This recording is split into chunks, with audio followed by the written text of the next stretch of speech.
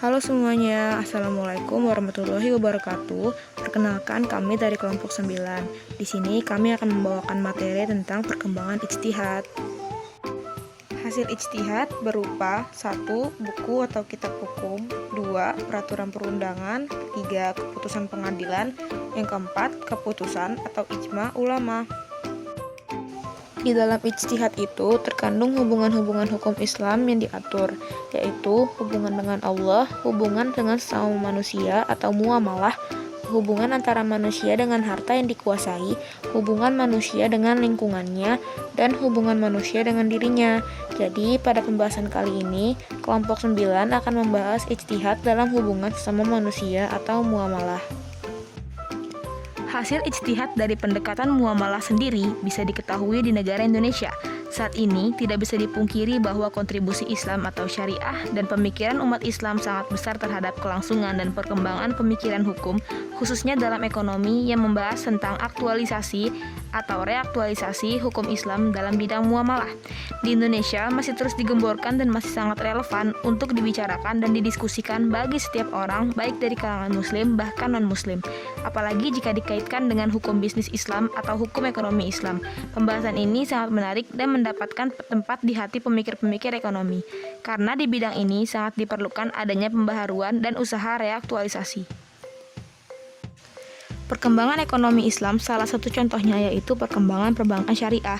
Perkembangan perbankan syariah di Indonesia telah menjadi tolak ukur keberhasilan eksistensi ekonomi syariah.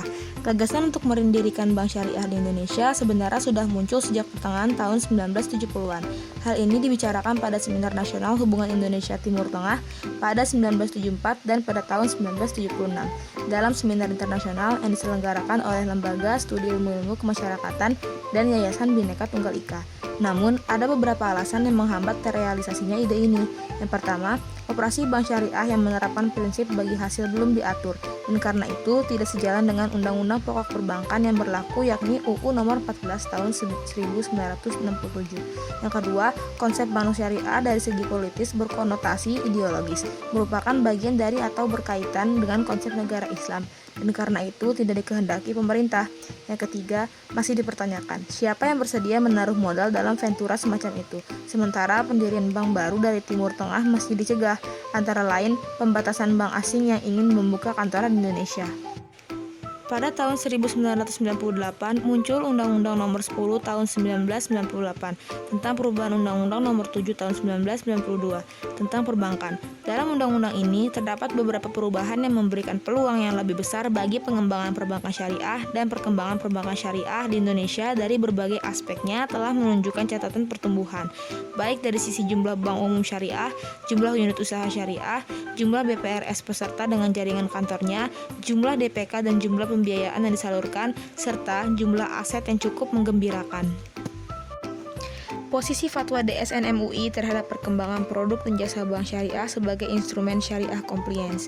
Hingga tahun 2017, fatwa terkait produk dan jasa pada lembaga keuangan syariah telah diterbitkan sebanyak 116 fatwa. Kepatuhan syariah tersebut dituangkan dalam UU Nomor 10 Tahun 1998, perubahan UU Nomor 21 Tahun 2008. Di lain pihak, produk dan jasa yang dikeluarkan oleh bank syariah saat ini telah terakomodir dengan fatwa-fatwa yang dikeluarkan oleh DSN MUI.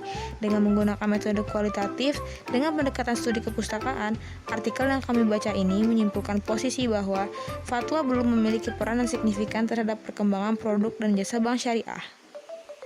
Nah, itu dia teman-teman hasil perkembangan ijtihad di Indonesia berupa perkembangan ekonomi Islam yang menghasilkan bank syariah. Terima kasih teman-teman yang sudah menyaksikan video kami. Kurang lebihnya mohon maaf. Wassalamualaikum warahmatullahi wabarakatuh.